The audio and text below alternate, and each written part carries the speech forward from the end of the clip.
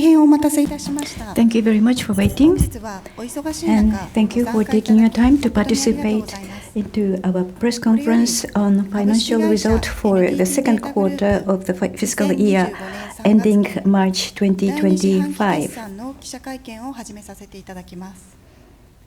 まず Now I would like to introduce the persons who take the podium.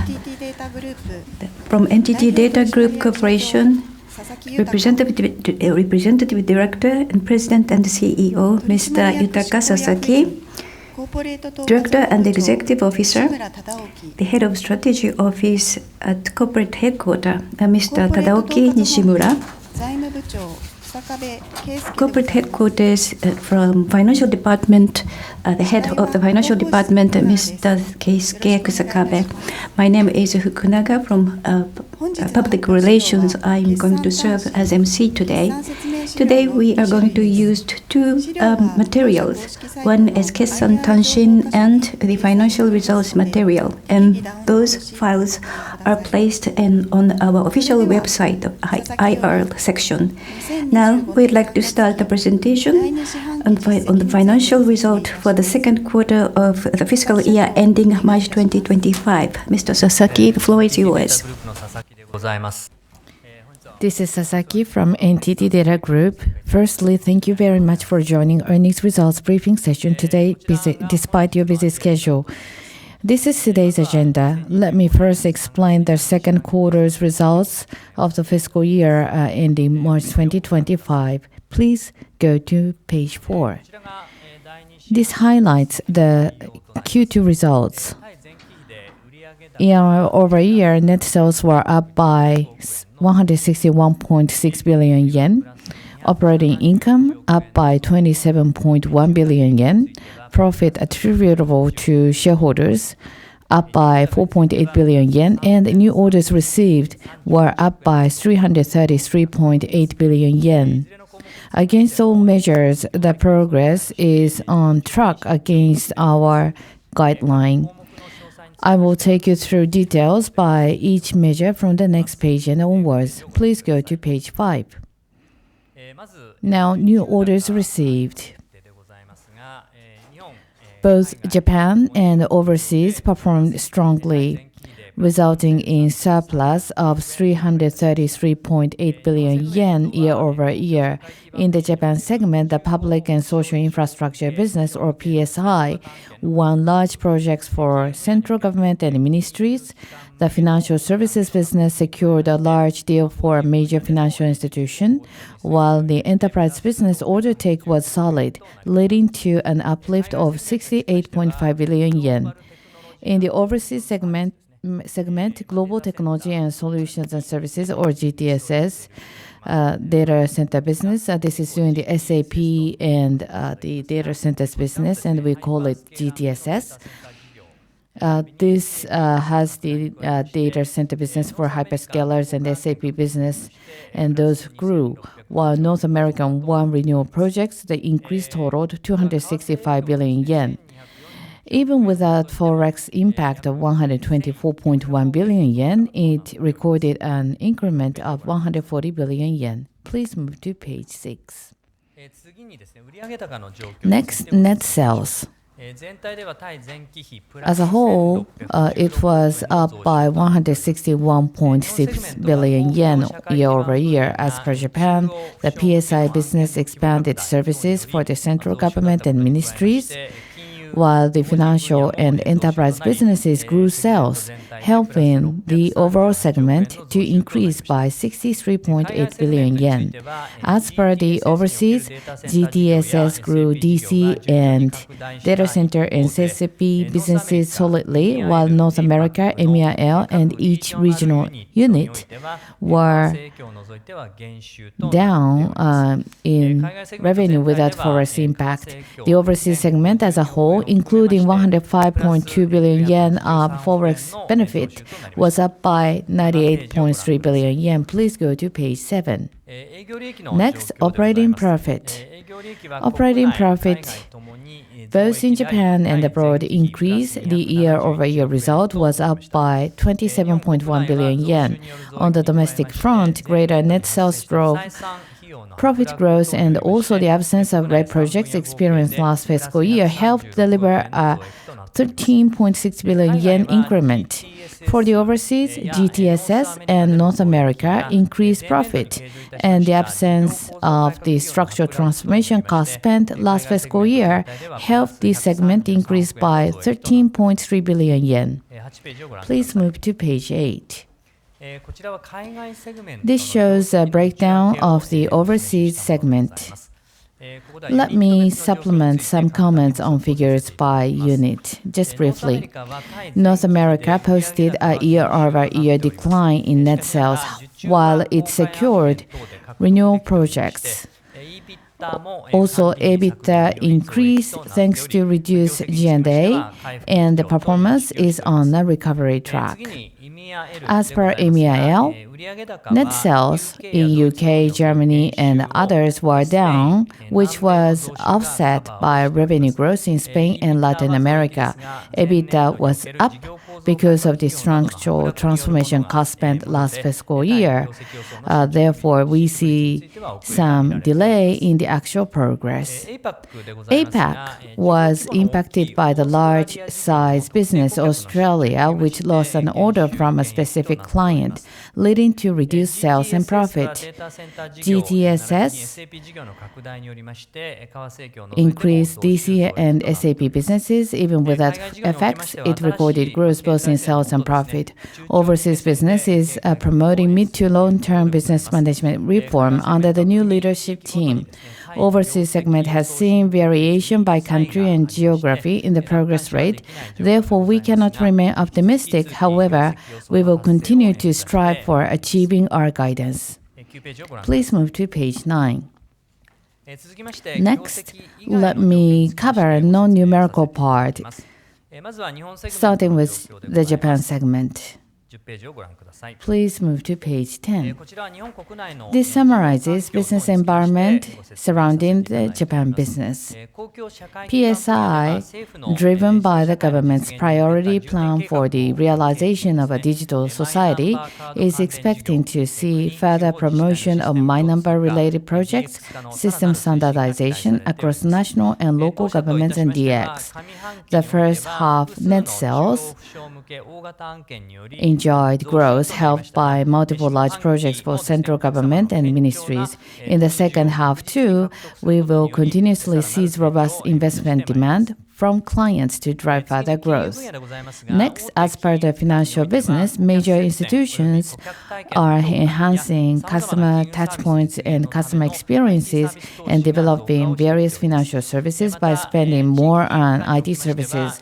Also, regional banks are expected to further drive their initiatives towards migration of core banking systems to open systems. During the first half, larger projects for major financial institutions contributed to our revenue growth. The enterprise business enjoyed solid growth in business opportunities across all industries relating to DX, Gen AI, and sustainability. However, challenges faced by businesses are increasingly diverse, and one-stop proactive support to help address such agenda is required. In the first half, we focused on serving as a strategic partner to support clients and roll out business across diverse sectors. Please go to page 11. Next, let me touch upon an initiative to drive Japan segment growth, addressing the sovereign cloud needs in data centers. To accelerate recent sovereign cloud demand, we have adopted Oracle Alloy to enhance services under the sovereign environment. With its adoption at our data centers in Japan, we are enhancing a service lineup of Open Campus, our sovereign cloud, while we combine it with our strengths, the extensive lineup of closed networks, to offer services with even greater sovereignty. Going forward, in our Open Campus-related business, we aim to generate 100 billion yen in net sales by fiscal year 2030. Page 12, please. Next, let me explain the overseas segment. Please move to page 13. This summarizes the business environment surrounding the overseas business. North American IT market keeps growing. However, inflation uncertainty keeps businesses away from spending, and right skill set talent is in short. Such impediment factors are inherent. The first half net sales result was down. However, the pipeline of new and expansion deals has increased substantially, and we are aiming to deliver our target. As per EMEAL, in Europe, its average GDP growth rate forecast remains low. However, the IT spend is solid. By country, Spain enjoys strong IT spend, while Germany is, especially in the auto sector, experiencing reduced IT spend. And Latin America performs strongly, while sales in UK and Germany were down.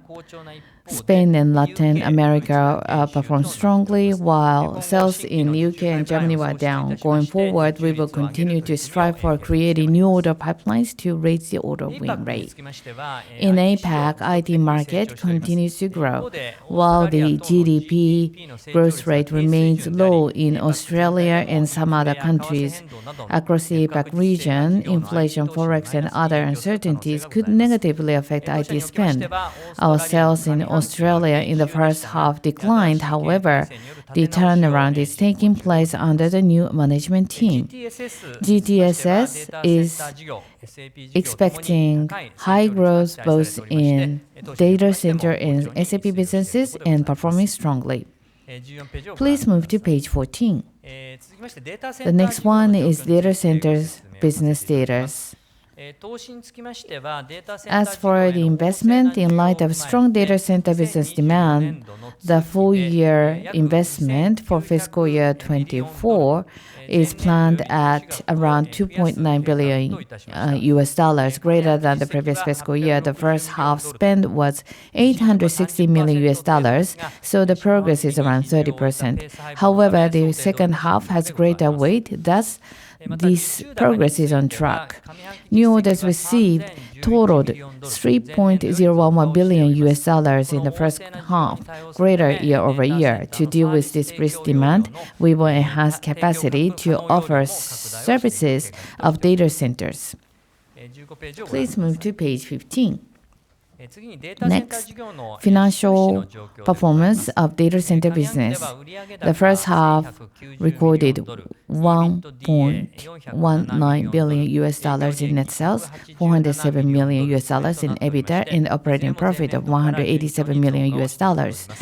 And we see steady growth on both measures. To deliver the target in fiscal year 27, EBITDA $1.4 billion or over, we will continue to drive growth in data center business. Page 16, please.